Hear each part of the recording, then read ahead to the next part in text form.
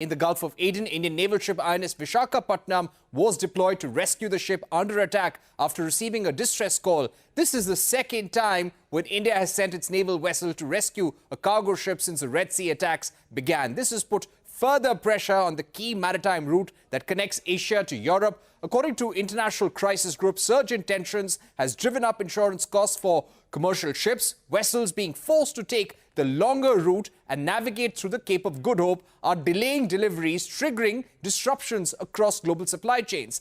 Continuing our focus is Ambassador Singh, former Indian ambassador to Iran, Ambassador Shashank, former Foreign Secretary, and Raymond Vickery, Senior Associate at the Center for Strategic and International Studies.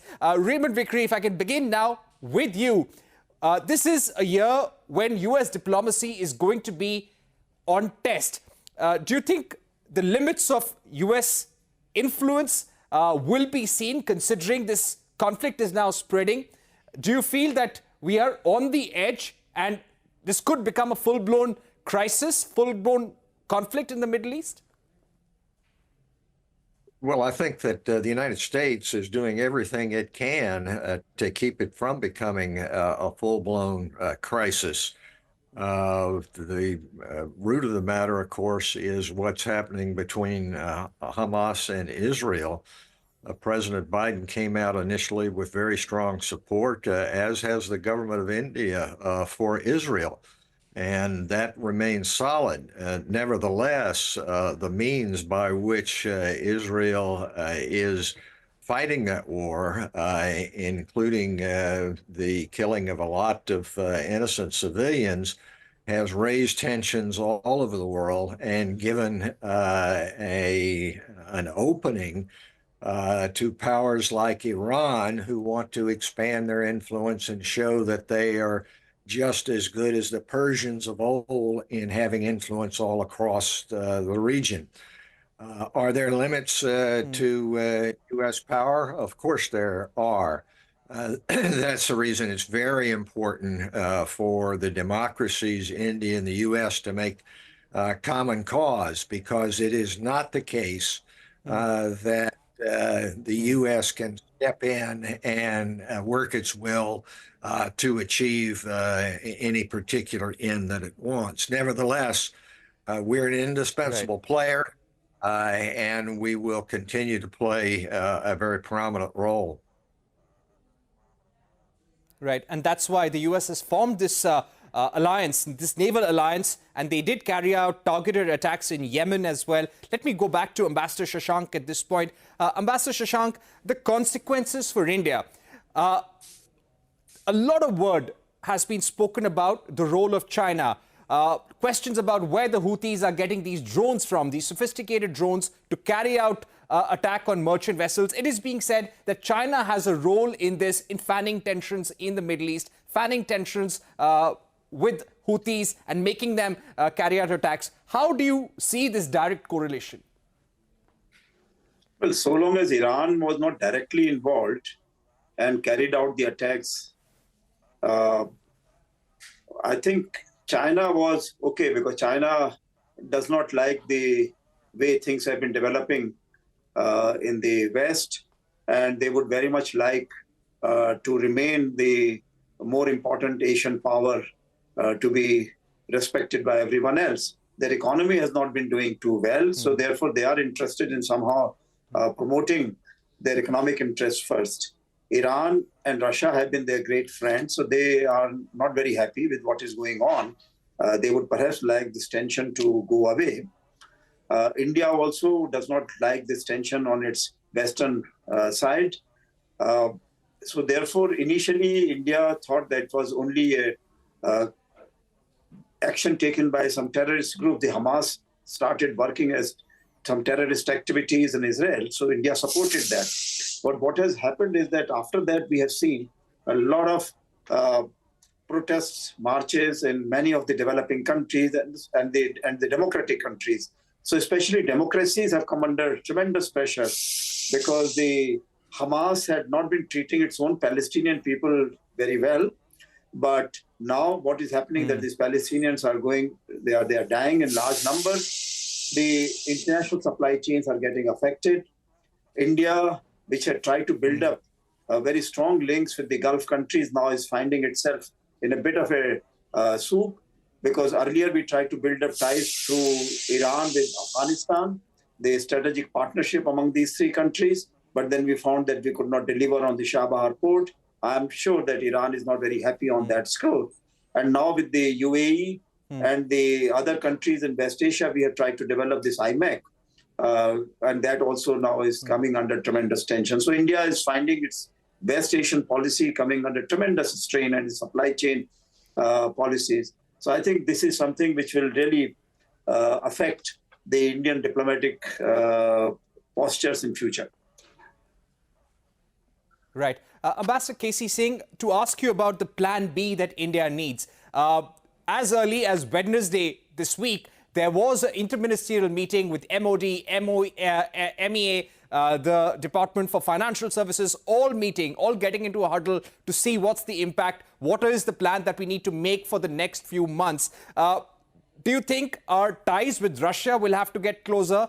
Our oil imports from Russia are going to spike? Do you think Russia and China will eventually become the leaders out of this crisis? They are the ones who will actually gain by the year end.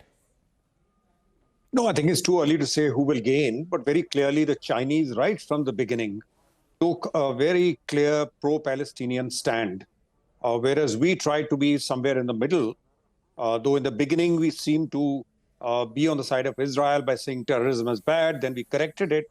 So India is kind of caught in the middle, as Ambassador Shashank has said, and we are trying to now rebalance and find a way out of it, because there are, and that's why the Foreign Minister, External Affairs Minister was in Tehran last week.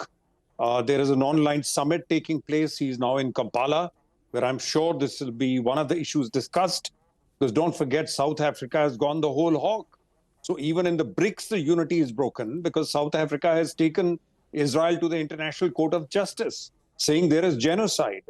Now, similarly, Iran has been invited into groups. Iran is in Shanghai Cooperation Organization. So the Chinese and the Russian influence, even in restricted groups like BRICS or SCO, etc., is now predominant. And the Indian voice is not that loud.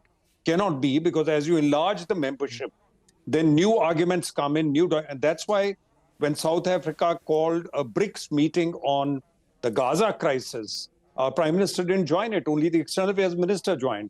So we are in a bit of a tricky situation. And the trade disruption will start affecting our exports, imports after a while, not oil as yet. Because as long as Iran does not jump in to shut the export of oil from the Gulf, which it easily can, till that happens, at least the oil is not going to spike too much.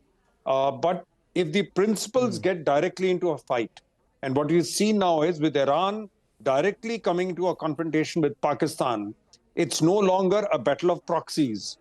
And that is a danger always. If a battle of proxies goes on for too long, then it becomes difficult to contain it. And Netanyahu is the core of the problem. You know, and the Americans don't seem to be able to control him. I don't think he's following American instructions on phasing off or realizing that you can't continue killing civilians in civilians in Gaza, because you can't end Hamas like that.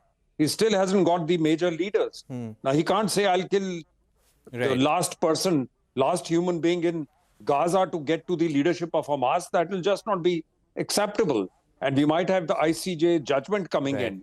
And if they give a judgment and say it's genocide, it gets more complicated.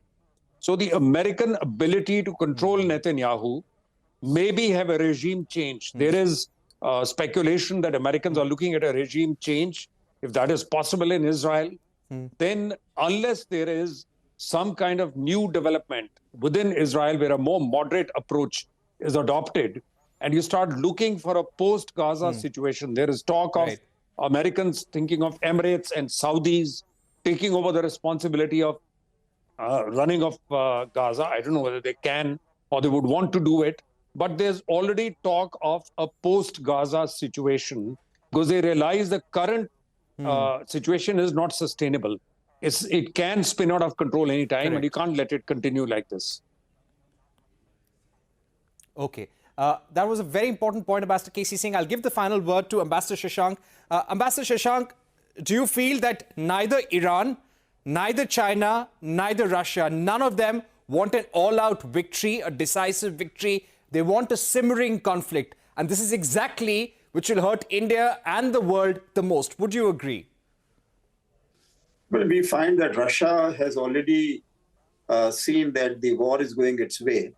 And therefore, it has started saying that it's ready for peace in Ukraine if the Ukraine territories that it has got are kept as they are. They are not being merged again, because if they are merged with Ukraine, then they will be taken over by the various multinational corporations from the United States and other countries. As far as China is concerned, I think their priority seems to be at this stage to keep the political tensions out and to concentrate on their economic well-being, because they are really being ruled out of most of the supply chains, and other countries are coming in. India is being praised by most of the Western world, and therefore India is a likely candidate, but then India's supply chain tie-ups are still tenuous.